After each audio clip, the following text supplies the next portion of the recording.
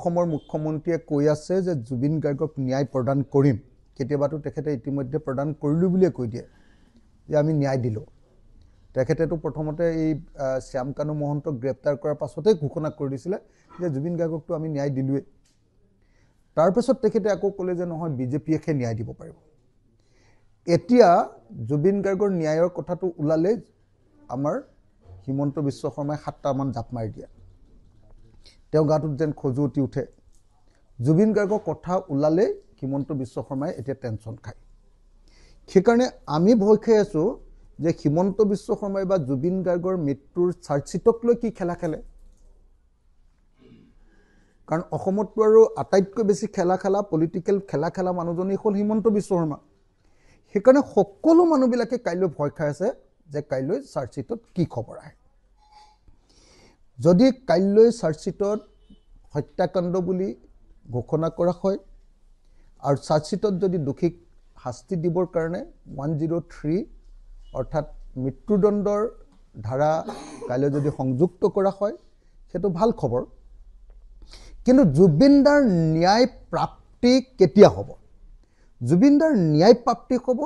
যেতিয়া প্ৰকৃত অৰ্থত জুবিনদাৰ হত্যাকাৰী বা জুবিনদাৰ মৃত্যুৰ কাৰণে জগৰীয়া মানুহবিলাকে প্ৰকৃত অৰ্থত শাস্তি কি মৃত্যুদণ্ড অথবা 105ৰ অধীনত যাৱজ্জীৱন কাৰাদণ্ড পাব এতিয়া এখন চাৰ্জচিট দি দিলে কেতিয়াও ন্যায় দিয়া নহয় চাৰ্জচিট এখনত 1000টা কথা থাকিব পাৰে হিমন্ত বিশ্ব শৰ্মাৰ বিৰুদ্ধে যিখন চাৰ্জচিট আছিল আপোনাৰ হেৰি শৰ্মা যে কি মানৱেন্দ্ৰ শৰ্মাৰ হত্যাকাণ্ডৰ সেই চাৰ্জচিটখন কোনো হিমন্ত বিশ্ব শৰ্মাই কোৰ্টৰ পৰাই নাইকিয়া কৰি পেলালে হিমন্ত বিশ্ব শৰ্মাৰ পইচা তোলাৰ যিখন চাৰ্জচিট আছিল গুৱাহাটীত যে ইঞ্জিনিয়াৰ দাসৰ পৰা যে মানে আলফা বুলি পইচা তুলিছিল তাৰ যিখন চাৰ্জচিট আছিল সেইখনো চাৰ্জচিট তেওঁ কোৰ্টৰ পৰাই নাইকিয়া কৰি পেলালে গতিকে চাৰ্জচিট এখন দিয়াটোৱে শেষ কথা নহয় ন্যায় পাবৰ কাৰণে আটাইতকৈ ইম্পৰ্টেন্ট কথাটো হ'ল যে চাৰ্জচিটৰ লগত চাৰ্জচিটত উল্লেখ কৰা অভিযোগবিলাক প্ৰমাণ কৰিবৰ কাৰণে কিমান ষ্টেটমেন্ট দিব পাৰিছে কিমান এভিডেন্স দিব পাৰিছে এভিডেন্স তথ্য প্ৰমাণ আৰু কিমান ডকুমেন্টছ তাত দিব পাৰিছে এতিয়া এটা হত্যাকাণ্ড বা মৃত্যুৰ প্ৰকৃত এভিডেন্সটো কি প্ৰকৃত এভিডেন্সটো হ'ল প্লেস অফ অকাৰেন্স বা য'ত ঘটনা ঘটিছে তাত গৈ তদন্ত কৰি তাৰ পৰা তথ্যসমূহ সংগ্ৰহ কৰা কিন্তু দুৰ্ভাগ্যবশতঃ আমাৰ জুবিনদাৰ মৃত্যুৰ যি ঘটনা সেই ঘটনাৰ তথ্য সংগ্ৰহ কৰিবলৈ আইও যোনে তথ্য আনে ইনভেষ্টিগেটিং অফিচাৰ বা তদন্তকাৰী বিষয়া অথবা CIO চিফ ইনভেষ্টিগেটিং অফিচাৰ তেওঁলোক এবাৰো এতিয়ালৈকে ছিংগাপুৰলৈ যোৱা নাই সেইকাৰণে মই বাৰম্বাৰ কৈ আছো যে নগৈ গড়গাঁৱৰ বাতৰি কেতিয়াও কোৰ্টৰ কেছত দিব নোৱাৰি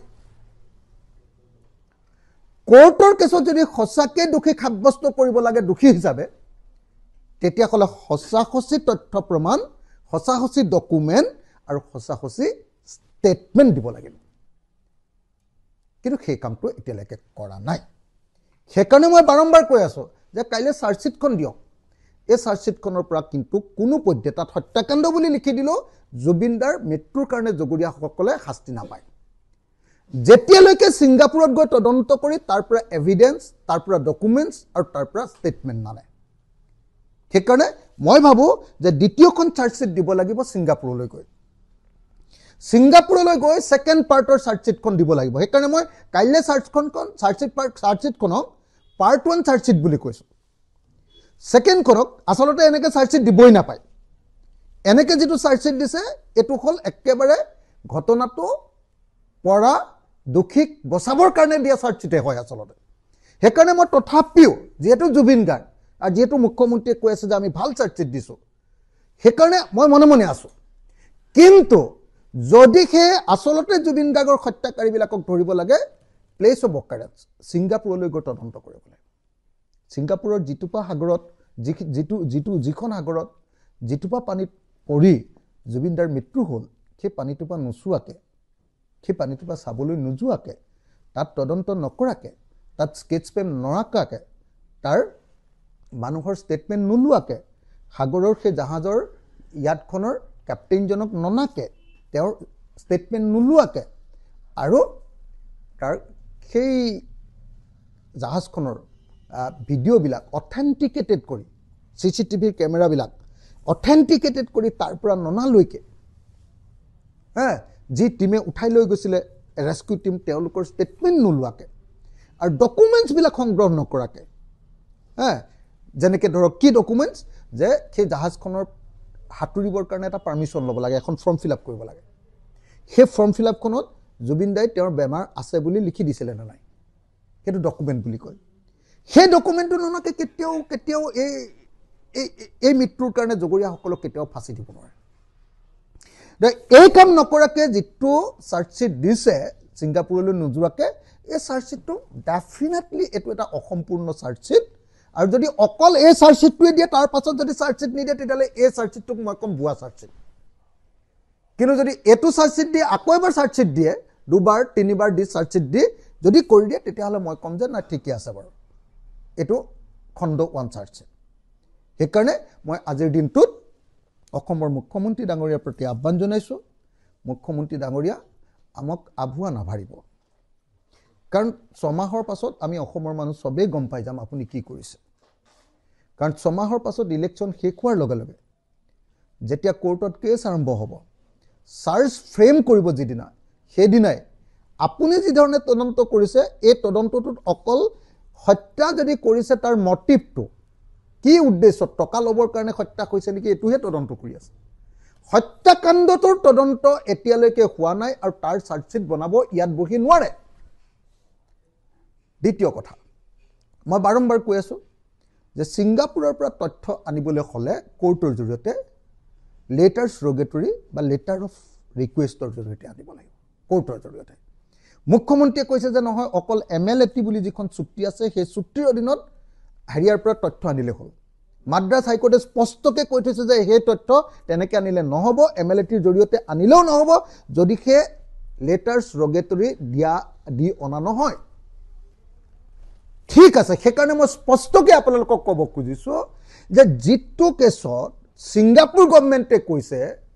যে ছিংগাপুৰত যিটো ঘটনা ঘটিলে জুবিন গাৰ্গ সেই ঘটনাটোত কোনো ফাউল প্লে নাই তাত কোনো বেমেজালি হোৱা নাই হত্যাকাণ্ড হোৱা নাই গণ্ডগোল নোহোৱাকৈ অকল পানীত ডুবিহে মৰিছে নিজে নিজে এই বুলি ইতিমধ্যে ছিংগাপুৰে মানে আপোনাৰ প্ৰাথমিক প্ৰতিবেদন দি থৈছে তাৰপিছত ছিংগাপুৰৰ পৰা যদি তথ্যও আনে তাৰ পৰা কি শাস্তি হ'ব আপুনি কওক ইয়াত একো তদন্তই কৰা নাই কৈছে যে ছিংগাপুৰৰ পৰা আমি ডাইৰেক্টলি গভৰ্ণমেণ্টৰ পৰা তথ্য আনিম গভৰ্ণমেণ্টে কৈ দিলে যে তাত হত্যাকাণ্ড হোৱাই নাই তেতিয়াহ'লে সেই তদন্তৰ পৰাতো আমাৰ একো লাভ নহ'ব কথাটো বুজিছে নাই বা যুক্তিটো বুজি পাব লাগিব অসমীয়া মানুহ সেইকাৰণে মই ভাবোঁ যে অসমৰ মুখ্যমন্ত্ৰীয়ে অকল গা বচাবৰ কাৰণে 2026 চনৰ নিৰ্বাচনৰ কাৰণে খৰধৰ কৰি এনেই ছিংগাপুৰলৈ নোযোৱাকৈ এনেই এখন চাৰ্জশ্বিট দিছে কিন্তু এই চাৰ্জশ্বিটৰ পৰা কোনো পধ্যে হেৰি নহ'ব আৰু সেইকাৰণে মই দ্বিতীয় চাৰ্জশ্বিট তৃতীয় চাৰ্জশ্বিট দি ছিংগাপুৰলৈ গৈ তদন্ত কৰি আৰু তাৰ পাছত ছিংগাপুৰ গভৰ্ণমেণ্টৰ পৰা আপোনাৰ লেটাৰ্ছ ৰগেটৰীৰ জৰিয়তে ডকুমেণ্ট আনি ইয়াত শাস্তি দিয়াৰ যিকোনো খবৰৰ বাবে যোগাযোগ কৰক 7099017330 লগতে 7099017110 নম্বৰত